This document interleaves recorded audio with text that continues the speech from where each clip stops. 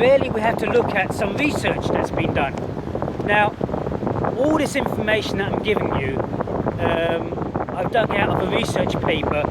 This research paper is actually uploaded on the Google Classroom under question 5 or P5. Now, under the research question, we can see two various authors who have written various research and conducted research on different organisations. Libby Waterhouse, 1996, conducted various research under 24 Canadian manufacturing organisations, 24 manufacturing Canadian firms, and they said that these organisations' capacity to learn was strong, and it has a strong effect on management accounting and costing systems changes. And these, in direct comparison to Williams and Seaman 2001, they also said that with the companies, manufacturing companies that they researched in Singapore, they also said that those companies' organisation capacity to learn also affected the management accounting system changes, and these changes are what affected and has affected management accounting change. So when we're looking at adapting management accounting systems, we're looking at adapting management accounting systems, one of the factors being the capacity to learn. So management accounting systems were changing due to the organisation's capacity or willingness to want to learn in both Williams and Siemens organisations, in the companies in Singapore and also the companies in Canada. Now, when we looked at the relationship between the intense competition with Libby Waterhouse 1996 for the firms in Canada, we saw that there was only a moderate relationship to the amount of change that affected the management accounting systems. Whereas with Williams and Seaman, there was a negative relationship between the intense competition and MAC, management accounting systems. So here we can see, when we compared the companies or the organisations in Canada to the organisations in Singapore, in Waterhouse's comparison, the companies saw a moderate effect on management accounting systems, whereas Williams and Seaman, there was a negative effect on management accounting systems. Now, when we looked at the effect of decentralisation on MAC, management accounting systems, we saw there was no relationship with Libby and Waterhouse, with companies in Canada and decentralisation. Whereas when we compared this directly to Williams and Seaman, to the companies and the organisations in Singapore, we saw that there was a strong positive relationship to decentralisation of power and the effect it had on management accounting systems. And then the final comparison, because remember the question says compare how organisations adapted management accounting systems.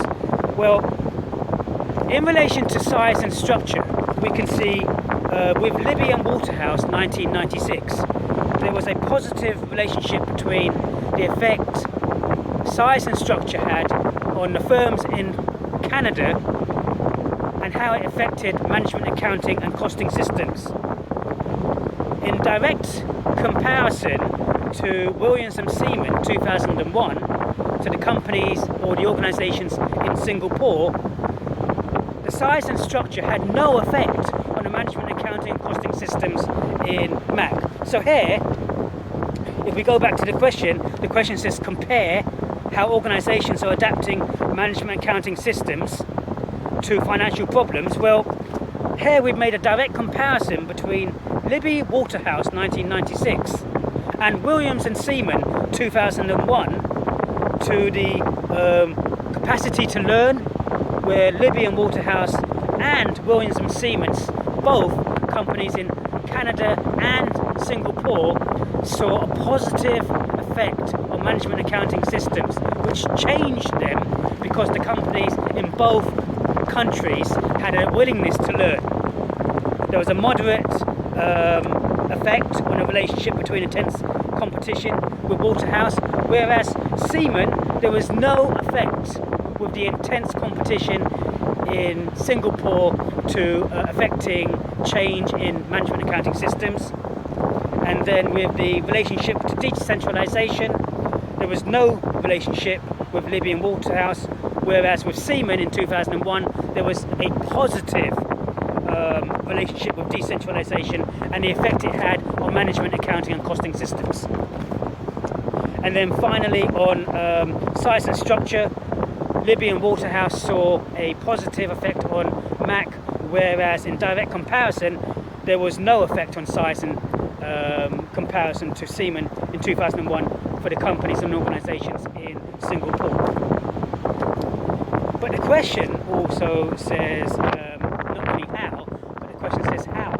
How does the organizations adopt its management accounting systems to financial problems? Well, in both Libby and Waterhouse in 1996 and Williams and Siemens, they changed the management accounting systems towards decision making and control instead of planning or directing.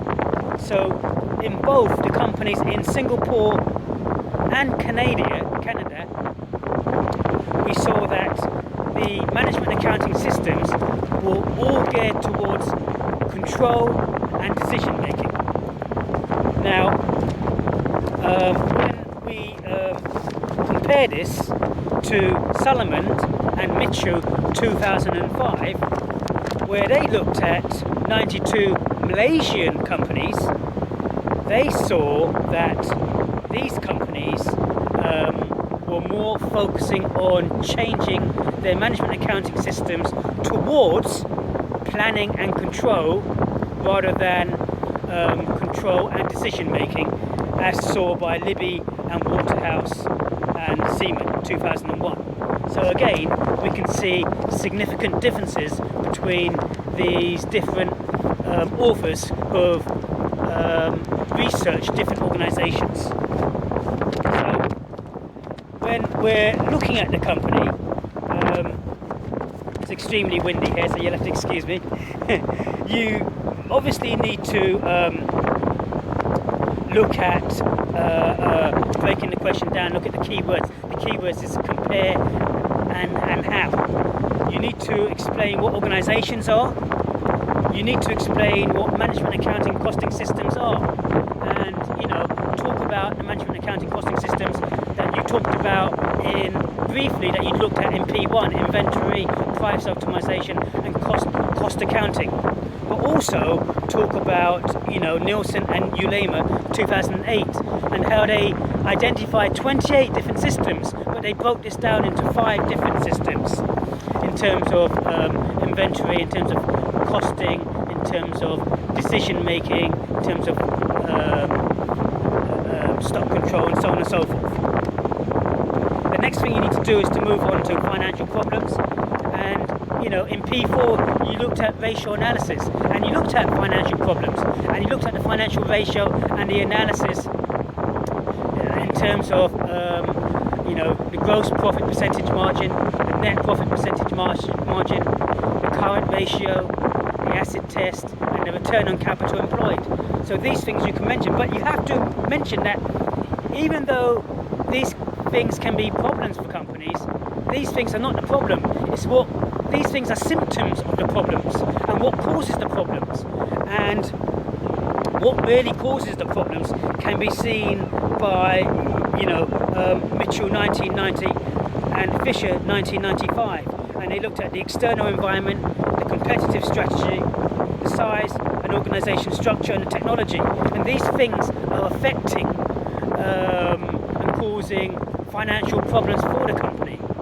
Okay, so you need to mention that. Then obviously mention,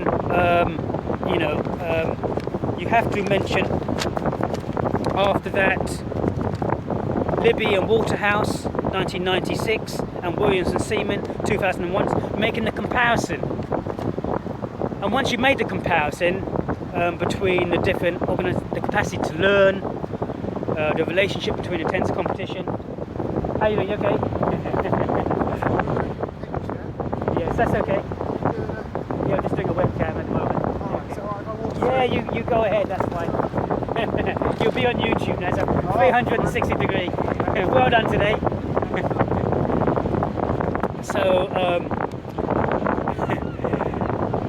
So intense competition and the relationship between decentralization and also the relationship between the size and structure of the organization.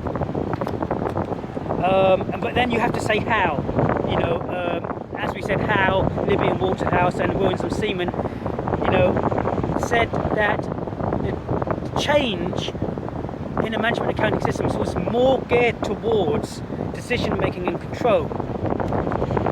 But in Solomon and Mitchell 2005, the change in terms of how was more towards planning and control.